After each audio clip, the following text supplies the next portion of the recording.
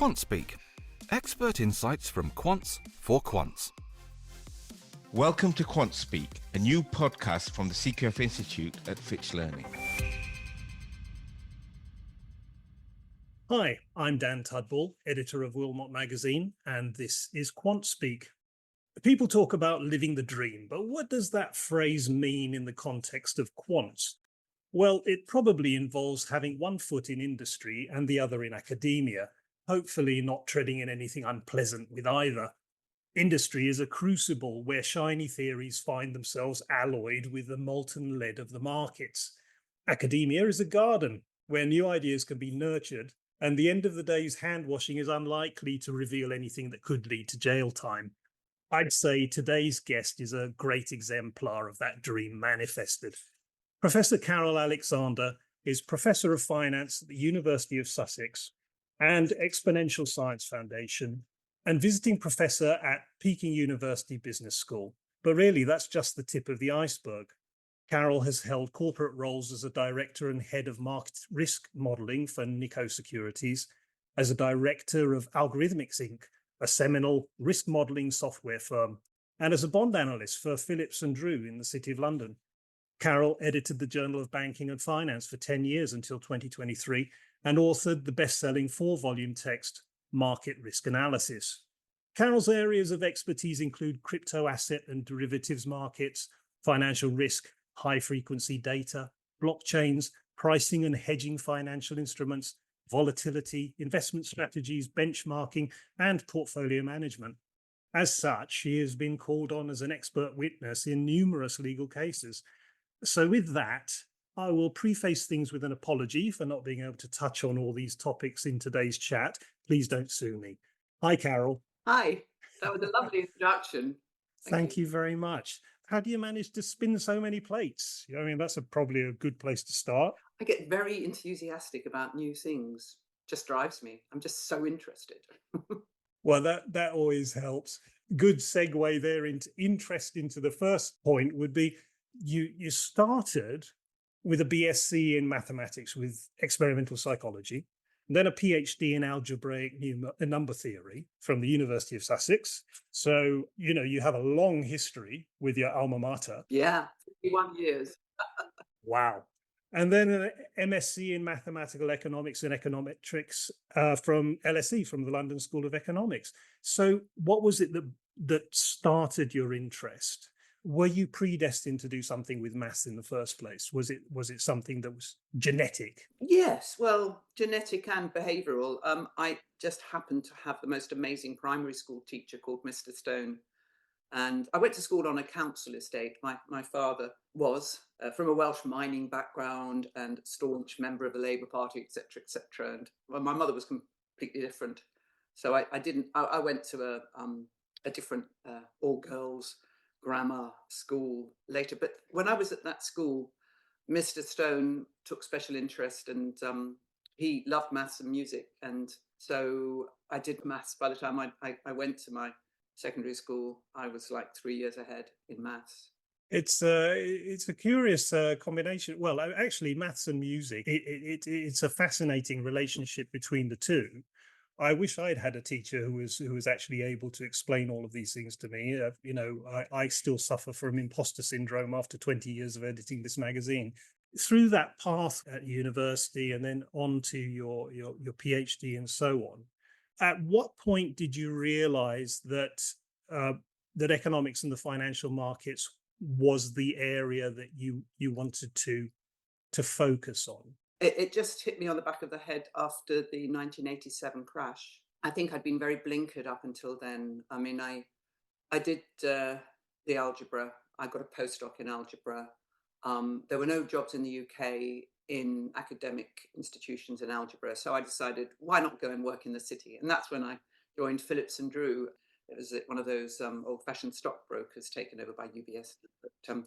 But I didn't like that life at all. I didn't like the people. So I went back to, that's when I did my master's, and I thought, well, let's do this new. I was, only 4 of us on this very, very theoretical mathematical economics and econometrics new thing at the LSE. And all of us became academics from that 4.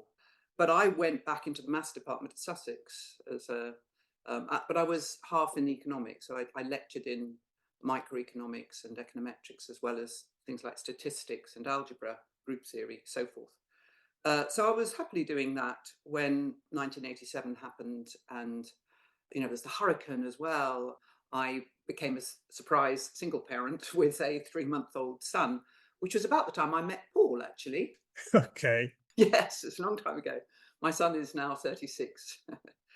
So that day of the hurricane, which coincided with the stock market crash, which was all, everything was personally was also being disrupted.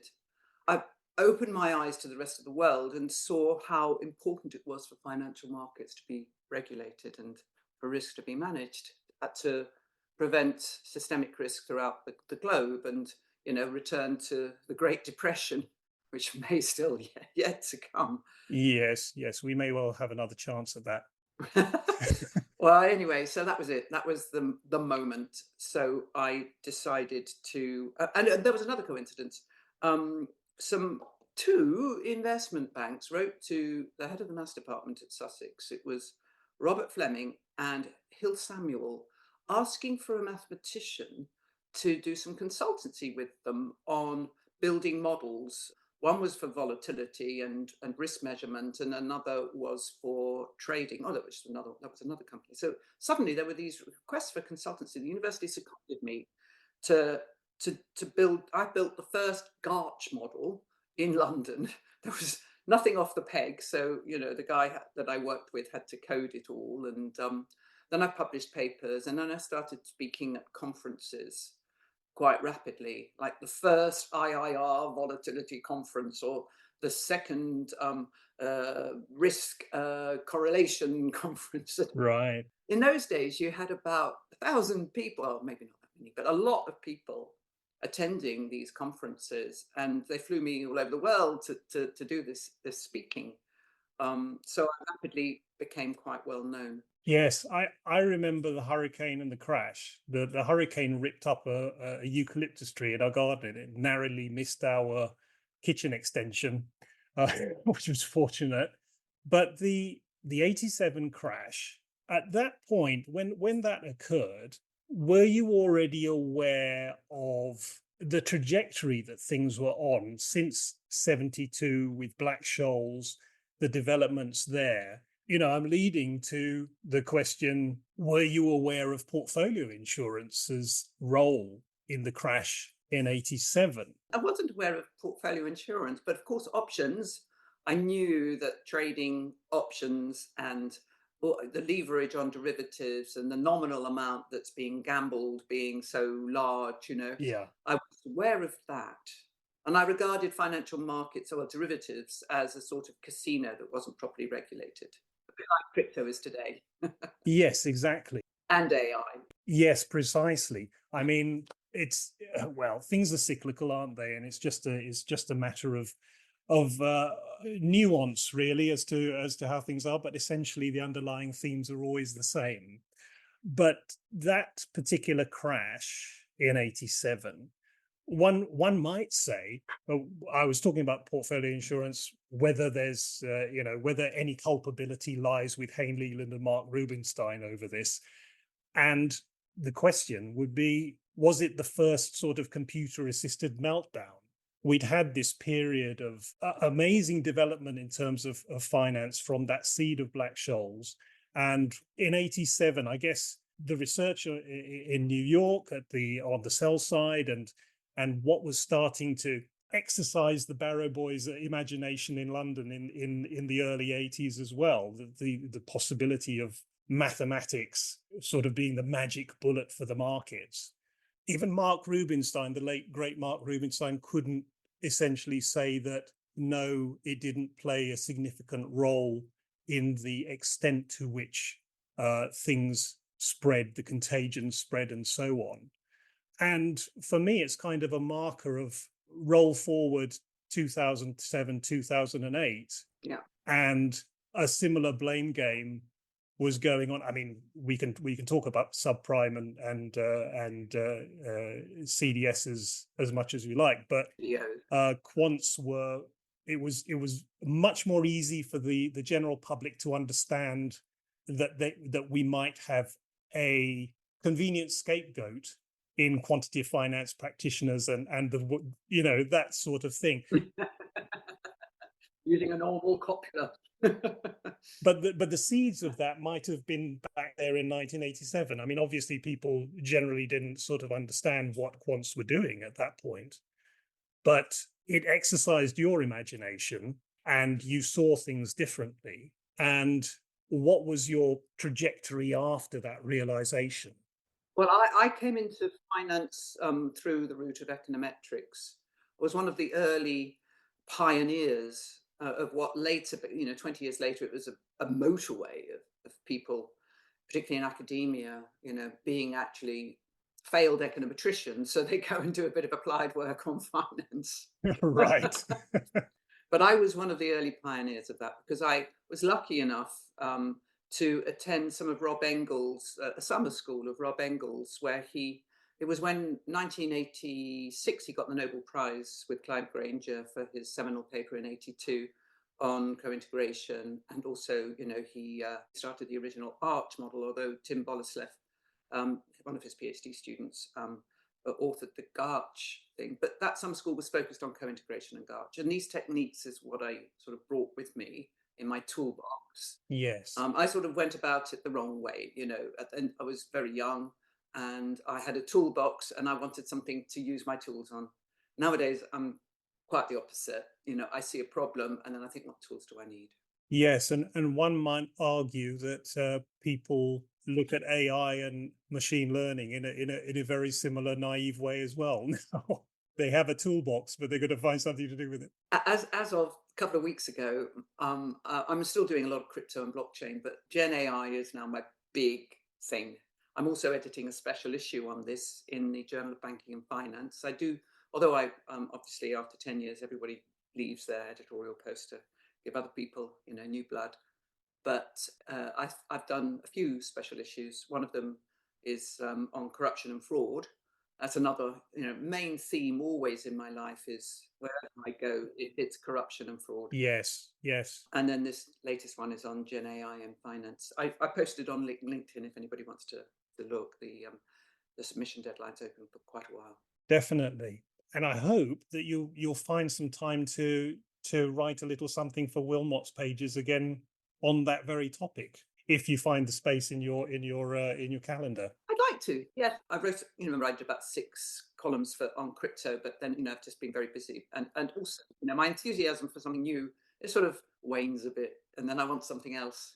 This is why I've never really become one of those academics that does the same thing their whole career. Yes. And their focus is to get a paper in the Journal of Finance. I'm not like that at all. I don't really care about the supposed, they've got another paper on journal quality I must tell you about.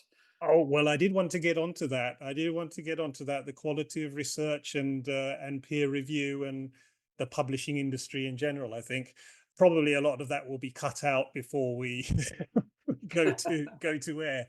Well, what's the half-life on your interest in a topic, do you reckon? Depends how much there is in it. I was surprised that my interest in crypto has been so long, because decentralized finance is unbelievable. I can hardly keep up with it. Yeah. The innovation there, it's a full-time job. I have all these feeds that sort of alert me, but even then I can't. What's happening on something called maximum extractable value is astonishing just at the moment. Things like restaking, eigenlayer, and things like that. It is, and I can't see it stopping, because, as well as it being interesting, I have to believe in the future of, I used to believe in the future of financial risk management. It was a great disillusion for me when I realized that financial risk managers were just measuring minutiae, pen pushing for the sake of yes, of appearances, so that banks can still rip everyone off and take obscene profits when times are good, and then shirk responsibility when times are bad. I mean, that was a real eye opener for me. And again, it was one of those moments. I think I was out in Frankfurt. I was talking to the chief risk officers of various banks, but the Deutsche Bank chief risk officer couldn't attend because there was a trial about fraud. Traders on silver futures, if you probably remember the fines, Yes. using manipulative practices. And I was trying to persuade these risk managers to look at the real risks, which are the traders and the risks that rogue traders take. And they weren't interested. They just want to talk about models for measuring minutiae. And I just thought, that's it. Mm-hmm. And then within a year or so, I stumbled onto Ether, Ethereum. Right. Well, actually, that kind of brings to mind the London whale case, actually, because again, I think that was severely a misrepresentation of what was actually going on in risk management departments, and again speaks entirely to that disappointing discovery that you're talking about there, I think. Now, I wanted to talk about algorithmics. Oh, yeah. Oh, fond memories. Yes, yes. Good old Ron Dembo. I know, and He's such a good guy. yes, exactly, and he's so inspirational. What he's doing at the moment as well with climate and so on and so forth. He's been doing that for many years. It's not just at the moment. He left algorithmics, and then a few years after that, it was taken over by IBM. But he just threw the towel in and put all his resources into something called Barefoot. Yes, And since then, we've had all sorts of reincarnations. But yeah, quite a visionary. yes, and the reason why I wanted to talk about it was because I think it was a seminal software firm at the time, because it really represented. It was a good glimpse into the future of the way things were going to be. At that time, all of the real sort of rocket science research was being done on the sell side, very proprietary, and all of that sort of thing. And I remember a few years after, I mean, I used to walk past the offices of algorithmics on the way to Wilmot's first offices, the offices in St. Catherine's Dock.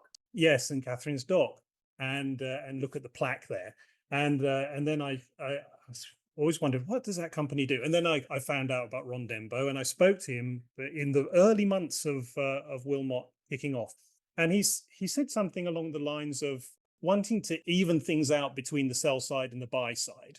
And Goldman Sachs, I spoke with Emmanuel Derman a couple of months ago about the sort of collegiate atmosphere within Goldman Sachs, and how that environment really created so many insights that led to phenomenal ways of approaching problems. But Ron was very much, he was attuned to the idea that this kind of level of research and robustness needs to be available to the entire market, all of the players in the market.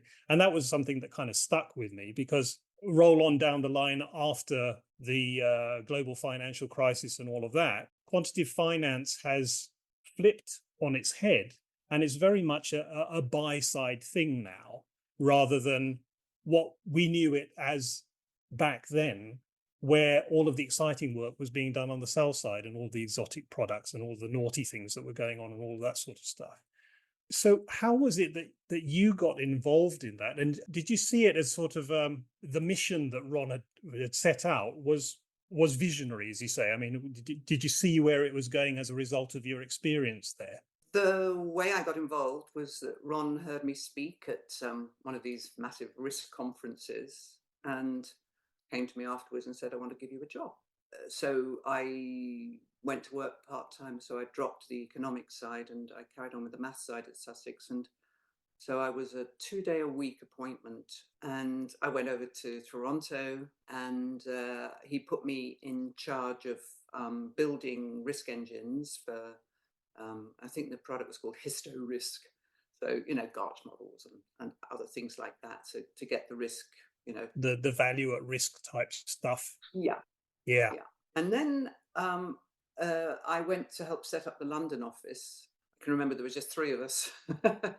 And then very rapidly there were 7, and then there were 21, and then it grew very, very quickly. Mm. And I was called the academic director. And so Ron saw me very much as his instrument for his vision.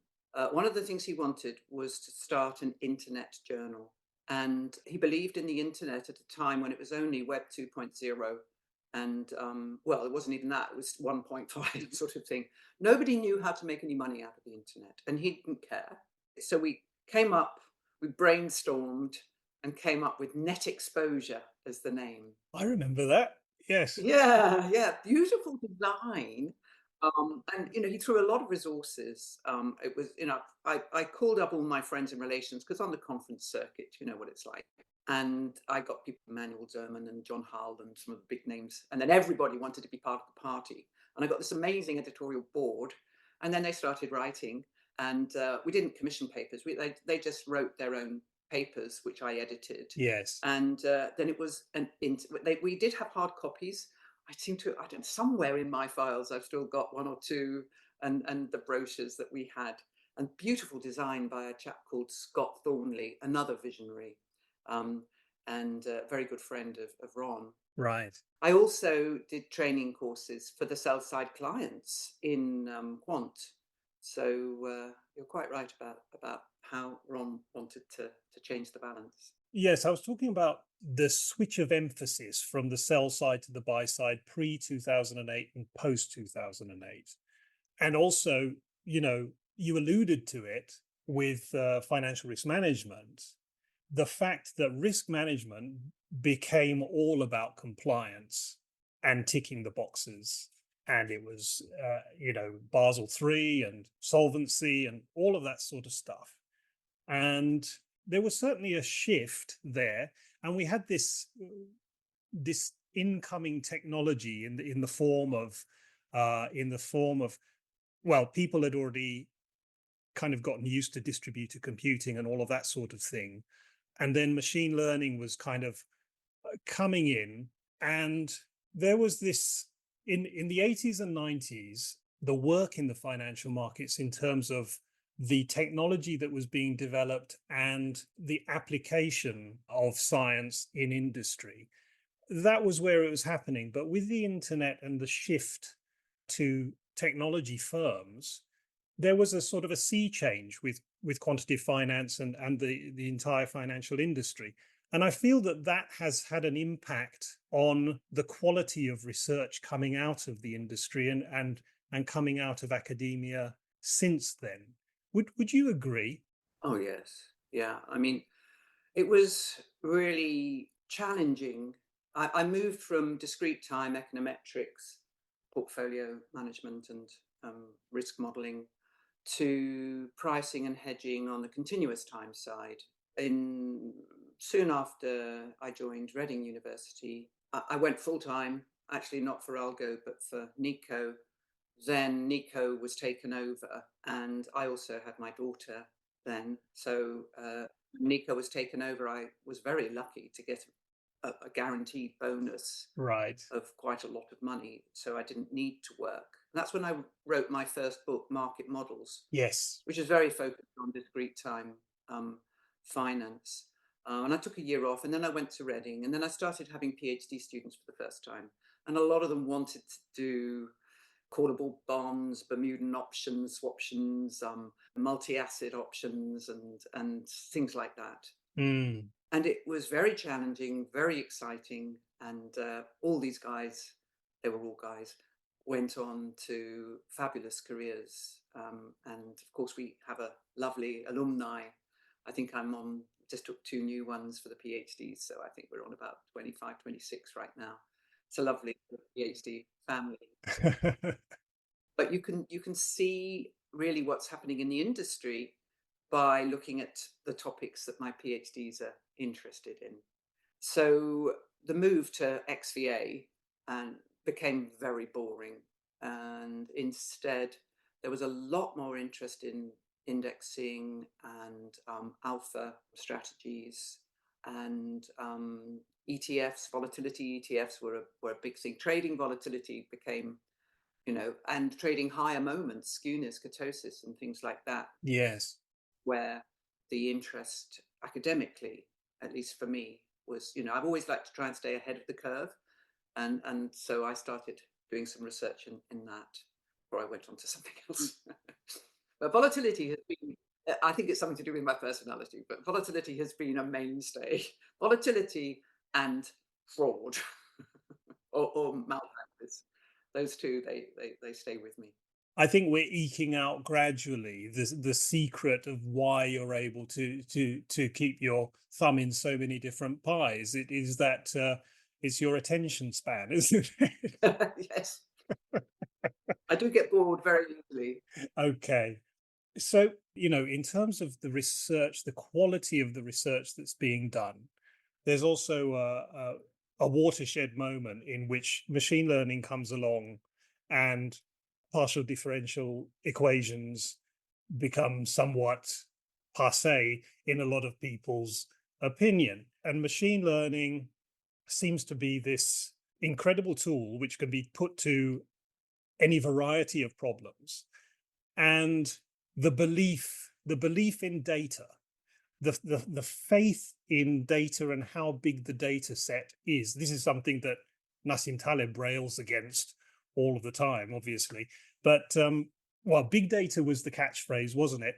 And somehow or other, that has become the overarching, defining paradigm, I think, all the way up to where we are right now.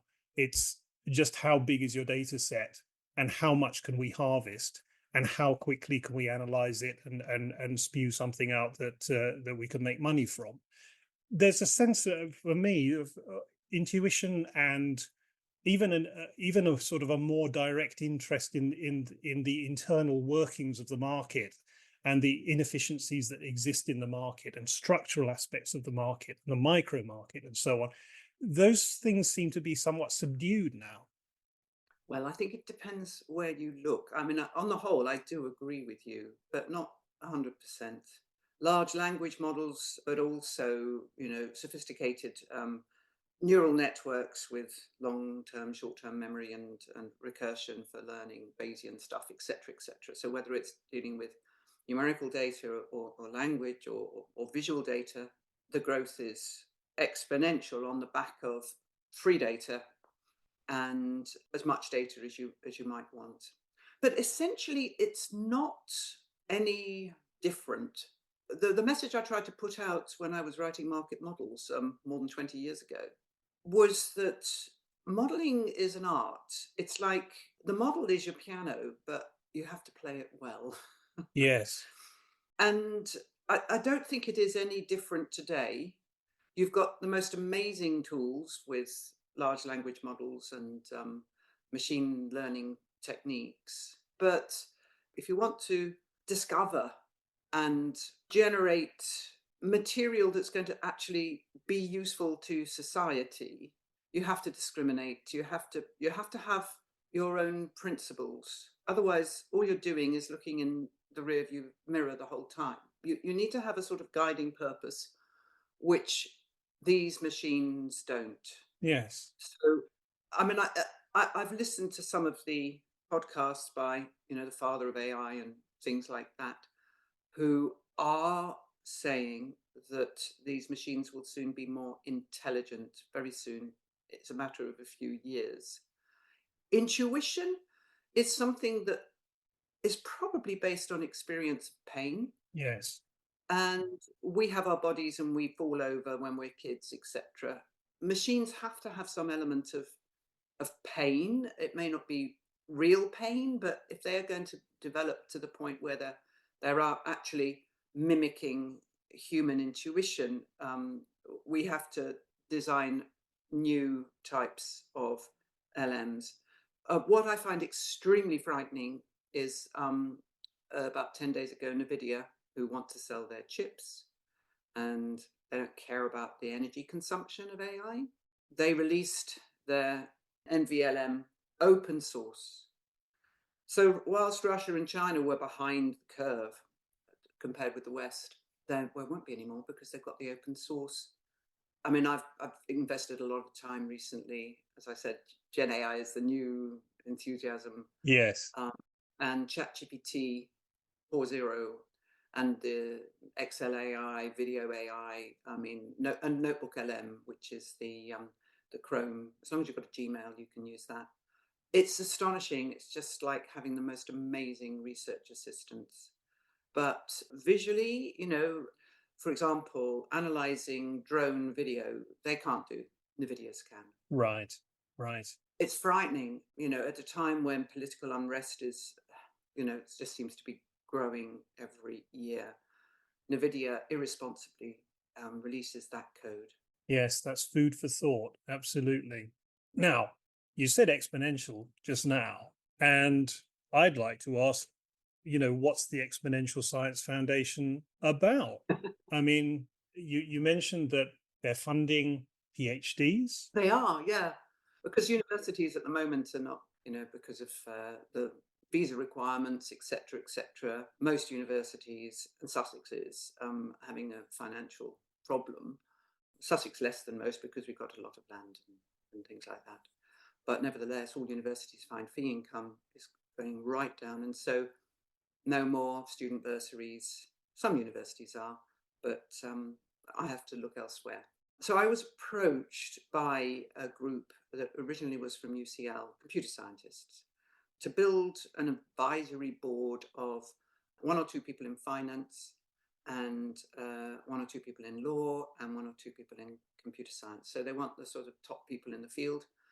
I'm hoping that Alex Lipton will, because it was originally the DTL Science Foundation, and of all the quants, Alex is the one that seems to be mirroring he's done some wonderful work on DeFi. In fact, I'm hoping to get Alex on the next edition of the podcast, so I'll ask him for you. Excellent. No, oh, that sounds fascinating. So that's just recently kicked off, has it, this year? Yes, well, very recent. The DTL Science Foundation has a website, but they morphed into the Exponential Science Foundation as the group left UCL because they're getting funding from Hedera, which is a really innovative blockchain. Hedera has some funding that it wants to, a little bit like algorithmics, to promote education to the sell side. Yes. Academics. So there's a very nice lady there. We call her Java.